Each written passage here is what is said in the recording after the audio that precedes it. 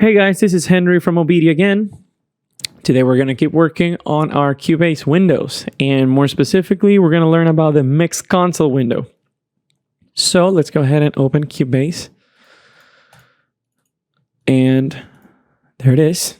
So once you open Cubase, by default, it'll open in your standard project window, right? Now, if you hit the F3 key, function 3, you can toggle between the project window and the Mixconsole window. Wow, that's cool, right? So you can basically just, hit that key and you go back and forth. So this is project, this is Mixconsole. So let's talk about Mixconsole. So Mixconsole is definitely what you would see if you had an analog console in front of you. You have all your faders. You can actually make this bigger if you want. So you have more resolution on your faders. So you got your faders, mutes and solos on a per channel basis, metering on a per channel basis. You got the name of the channels underneath. You have mutes and solos. But then up here, this is the most important part. This is the actual channel strip. So you'll have your routing options, right? So your inputs and your outputs per channel. You have your inserts. Right now I don't have any inserts, but on my very last long verb that I have that RoomWorks. You have EQs, so you can do EQs on every single channel, just like a board. Okay.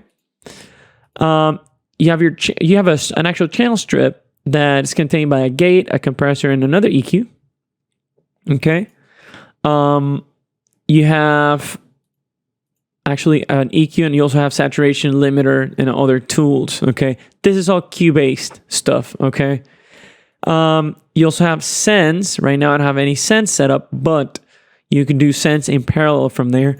And once again, the inserts, in this case, they'll be a third party. Okay, so if you have any plugins that are not Cubase, you can put them here.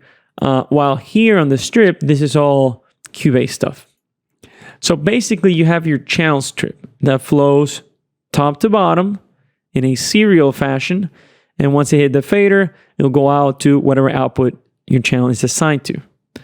Once again, routing on the top, inputs and outputs. Now that's this side of the Mixconsole. The left side, or the left zone, has 3 tabs: visibility, history, and snapshots. Let's start with visibility. Just like the visibility that you had on your project window, here, once again, you can click on the little check mark and you'll be hiding the stuff or the tracks that you don't want to see. So for example, if I want to hide guitar 01, I just click there and now you see that it starts in 02, 03, 04, but there's no 01. I click on there and it's back. Now that's visibility. History, that's very important. History basically has, it's a history, right? It's a history of all the actions that you've taken in this window. So you could go back like here, okay, I changed the RoomWorks time to 3 seconds. Then I changed the pretty late to 24 milliseconds.